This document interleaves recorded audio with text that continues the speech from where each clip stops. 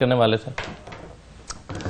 Sorry میں آپ کی بات کو فالو نہیں کر سکا کہ آئینی بینچ کے کس آئینی بینچ نے آج دھاندلی کمیشن کے حوالے سے دیکھیے میں گزارش کروں پاکستان کے اندر آپ سیاست میں جس بھی سائیڈ پہ ہوں آئین کی انٹرپریٹیشن کی جس بھی سائیڈ پہ ہوں درست سائیڈ پہ ہوں حافظ صاحب کی طرح یا غلط سائیڈ پہ ہوں میری طرح پاکستان میں ایک گول تو سب کا متفقہ ہے اور وہ یہ کہ پاکستان میں کسی طریقے ہمیں ان چیزوں سے آگے بڑھ کے ہمیں ملک کی بہتری کے لیے کام کرنا چاہیے جو بھی گوہر صاحب بھی بات کر رہے تھے.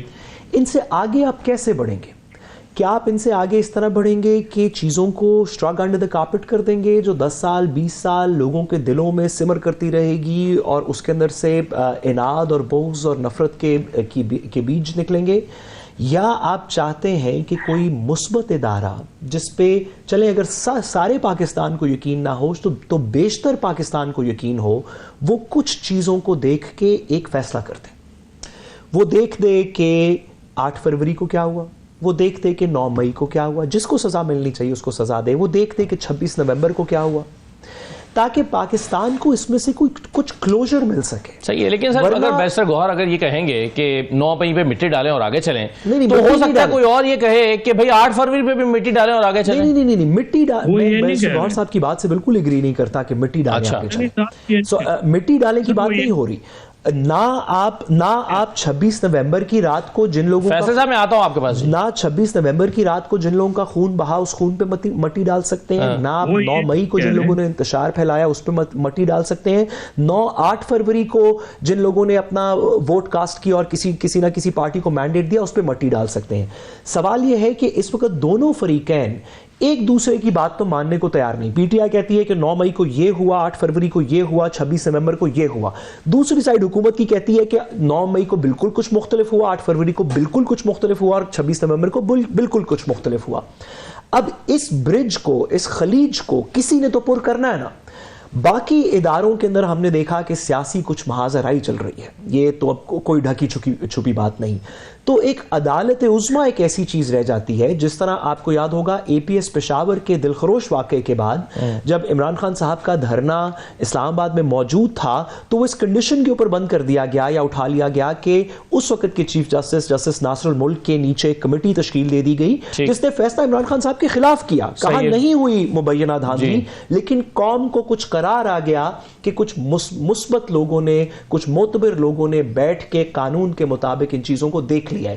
یہاں پہ بھی ہمارے ان 3 ایونٹس کو 9 مئی کو, 8 فروری کو, 26 نومبر کو بہت اچھا ہو کہ قوم کو کچھ کلوجر ملے کہ جی کچھ مثبت لوگوں نے, 2 میرے 2 آپ کے 2 انڈیپینڈنٹ نے بیٹھ کے, 2 میری پسند کے 2 آپ کی پسند کے 2 انڈیپینڈنٹ نے بیٹھ کے ایک فیصلہ کر دیا ہے. میں اس سے ڈس ایگری کرتا رہوں گا, آپ اس سے ایگری کرتے رہیں گے, لیکن اس بحث سے آگے بڑھے گا ملک کسی طریقے. بالکل. بیرسٹر صاحب اس میں جو 2 مرتبہ وضاحت کے لیے الیکشن کمیشن سپریم کورٹ کے پاس گیا اس میں قاضی فیصل صاحب نے بھی یہ اعتراض اٹھایا تھا, بلکہ رجسٹرار سے وضاحت بھی مانگی تھی کہ بھئی یہ کہاں اس کی سماعت ہوئی, کب مقرر ہوا, کس کو نوٹسز جاری کیے گئے, کون آیا.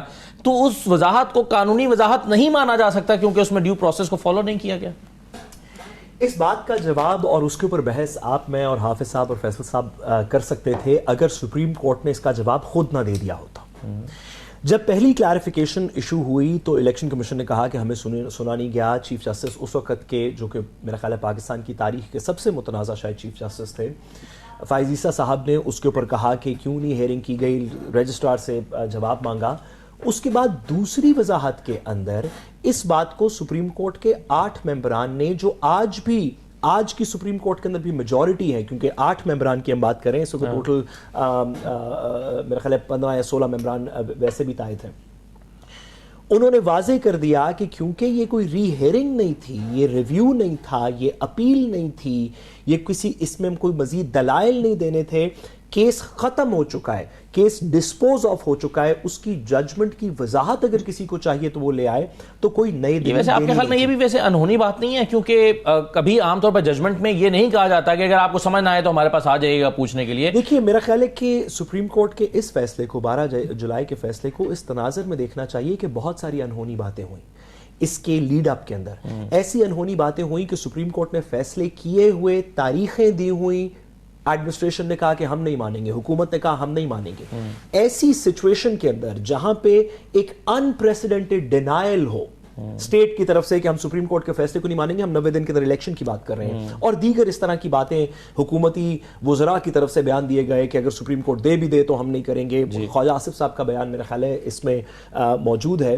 ایسی سچویشن کے اندر اس اے ٹپیکل سچویشن کو کیٹر کرنے کے لیے سپریم کورٹ نے ایکسٹراڈنری جورسڈکشن کریٹ کی. لیکن اس سے تھوڑی سی بات آگے چلتی ہے. قانون میں, آئین میں کوئی طریقہ نہیں ہے کہ آپ سپریم کورٹ کے فیصلے کو نہ امپلیمنٹ کریں, خاص طور پہ اس وقت جب سپریم کورٹ نے اپنے تفصیلی فیصلے کے اندر جو اس قانون سازی کے بعد آیا یہ واضح کر دیا کہ ہم آئین کی تشریح کر رہے ہیں, آئین کے کلوز کی تشریح کر رہے ہیں. اور آئین کے کلوز کی جب سپریم کورٹ تشریح کر دے, سپریم کورٹ نے پرنسپلز ہماری پوری جورسپروڈنس کے اندر سے 10 کیس کوٹ کر کے بتایا کہ جب سپریم کورٹ آئین کی کسی شق کی تشریح کر دے تو آپ اس کے نیچے الیکشن کا قانون تبدیل کر کے اس تشریح کو چینج نہیں کر سکتے. اس بات کو سپریم کورٹ نے اپنے وضاحتی فیصلے کے اندر, لیکن آپ سب کہتے ہیں کہ اس قانون سازی کو پھر ultra virus of the constitution قرار دیا. میں ذرا اس کو ایک بات تھوڑی سی آگے بڑھاؤں, اس کے اندر ایک سیکنڈ آرگومنٹ بھی ہے. جب سپریم کورٹ نے یہ کہہ دیا کہ اگر آپ میرے فیصلے کو انڈو کرنا چاہتے ہیں, پرنسپل یہ ہے کہ اگر سپریم کورٹ کے فیصلے کو جس نے آئین کے شق کی تشریح کی اگر آپ اسے انڈو کرنا چاہتے ہیں تو آپ آئین کی وہ شق تبدیل کر دیں, تو اس سپریم کورٹ کا فیصلہ بھی غیر مؤثر ہو جائے گا. سپریم کورٹ کے فیصلے کے بعد حکومت وقت نے آئین کو چھیڑا, ترمیم کی اس آئین کے اندر, لیکن جن متعلقہ شقوں کی سپریم کورٹ نے تشریح کی تھی ان کو نہیں چھیڑا. موقع تھا, آپ کر سکتے تھے, جب آپ نے آرٹیکل 175A ڈالا, کانسٹیٹیوشنل بینچز ڈالے, دیگر چیزیں کی, آپ آرٹیکل 54 بھی امینڈ کر دیتے. لیکن آپ نے نہیں کیا.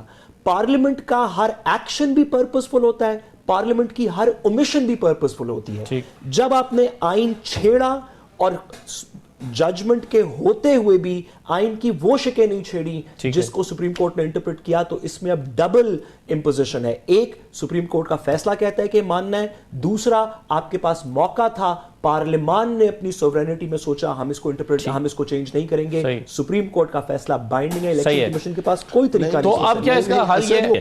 چلیے صحیح ہے. اب یہ جو اگلا موضوع تھا جناب فیض حمید اور عمران خان صاحب کے ٹرائل کے حوالے سے, بیرسٹر صاحب سے شروع کرتا ہوں میں. بیرسٹر صاحب, آپ کی رائے میں یہ ممکن ہے؟ اس پہ بات کرنے سے پہلے میں صرف ایک جملہ آپ کی اجازت سے کہہ اسی پہ لگی رہی معذرت, صرف اتنی سی بات کہ اگر آپ ریٹروسپیکٹو کر سکتے ہیں چیزوں کو تو آپ کر دیتے نا. آپ نے ابھی 26ویں ترمیم پاس کی, آپ کر دیتے نا ریٹروسپیکٹو کچھ چیزوں کو. قانون کے اندر حدود ہیں, آپ کچھ چیزیں فار ایگزامپل اگر آج آپ آئین کو امینڈ کر کے ریٹروسپیکٹولی کہہ دیں کہ ہم یہ سن 2000 سے شروع ہوگی بات کہ پاکستان کے آئین کے اندر لکھتے ہیں کہ وزیر اعظم کا پہلا نام نواز ہوگا اور آخری نام شریف ہوگا, تو کیا ماضی کی تاریخ مٹ جائے گی؟ ریٹروسپیکٹو کی لمٹس ہیں کہ آپ کیا کر سکتے ہیں, اور جو لمٹس ہیں اس کے مطابق بھی آپ نے ریٹروسپیکٹو آرٹیکل 54 کو امینڈ نہیں کیا. دوسری بات آپ نے کی یہ جنرل فیض حمید کی پرسپیکٹو میں, دیکھیے اس کے اندر دو بنیادی باتیں. پہلی بات یہ کہ کیا ایک سویلین کا ٹرائل ملٹری کورٹ میں ہو سکتا ہے, نہیں ہو سکتا, اور دوسرا یہ کہ کیا ان فیکٹس پہ عمران خان صاحب کا ٹرائل فیض حمید صاحب کے ساتھ ہو سکتا ہے, نہیں ہو سکتا. یہ دو مختلف باتیں ہیں. ایک قانونی بات ہے کہ کیا کسی سویلین کا بھی ملٹری ٹرائل ہو سکتا ہے, نہیں ہو سکتا. دوسرا یہ کہ کیا اس سویلین کا ان فیکٹس پہ ٹرائل ہو سکتا ہے, نہیں ہو سکتا. ٹھیک. سپریم کورٹ کے اندر جو مقدمہ اس وقت پینڈنگ ہے اس میں سپریم کورٹ نے یہ کہا کہ کسی سویلین کا ملٹری ٹرائل نہیں ہو سکتا, جس کے بعد اب ایک اپیل چل رہی ہے جو سپریم کورٹ میں زیر التوا ہے. ٹھیک. اور یہ کہنے کے لیے سپریم کورٹ نے آرمی ایکٹ کے سیکشن 21D کو, جس سیکشن کے تحت کسی سویلین کا ملٹری ٹرائل کیا جاتا ہے, اس کو سٹرائک ڈاؤن کر دیا. میرے خیال میں ایسی سچویشنز ہو سکتی ہیں جس میں سویلینز کا ملٹری ٹرائل ہو. اگر آپ اور میں, ہم سویلین ہیں, ہم یہاں سے نکل کے خدا نخواستہ کسی پاکستان کی کسی پلاننگ کے تحت کسی نیوکلیر فیسلٹی کے اوپر حملہ کرنے کی کوشش کریں تو اس میں شاید ایسے سیکرٹس انوالوڈ ہوں, ایسی پیچیدگیاں انوالوڈ ہوں کہ ہمیں اوپن کورٹ میں نہیں, واقعی ملٹری کورٹ کے اندر ٹرائی کرنا پڑے. اس کے اندر تو میرا خیال ہے اسپیس کریٹ ہو سکتی ہے کہ سویلینز کا ٹرائل کیا کچھ سرکمسٹانسز میں ملٹری کورٹ میں ہو سکتا ہے. تو میرے خیال میں اس کا جواب ہے ہاں. کیا یہ ٹرائل عمران خان صاحب کا فیض حمید صاحب کے کیس کے ساتھ ان سرکمسٹانسز میں ہو سکتا ہے، یہ ایویڈنس دیکھے بغیر کوئی بات نہیں کر سکتا. میں نے یہ ایویڈنس دیکھی نہیں ہے، میں اس کے میرٹس پہ بات کرنے سے قاصر ہوں، لیکن لیگل پوزیشن میں نے بیان کر دی. جی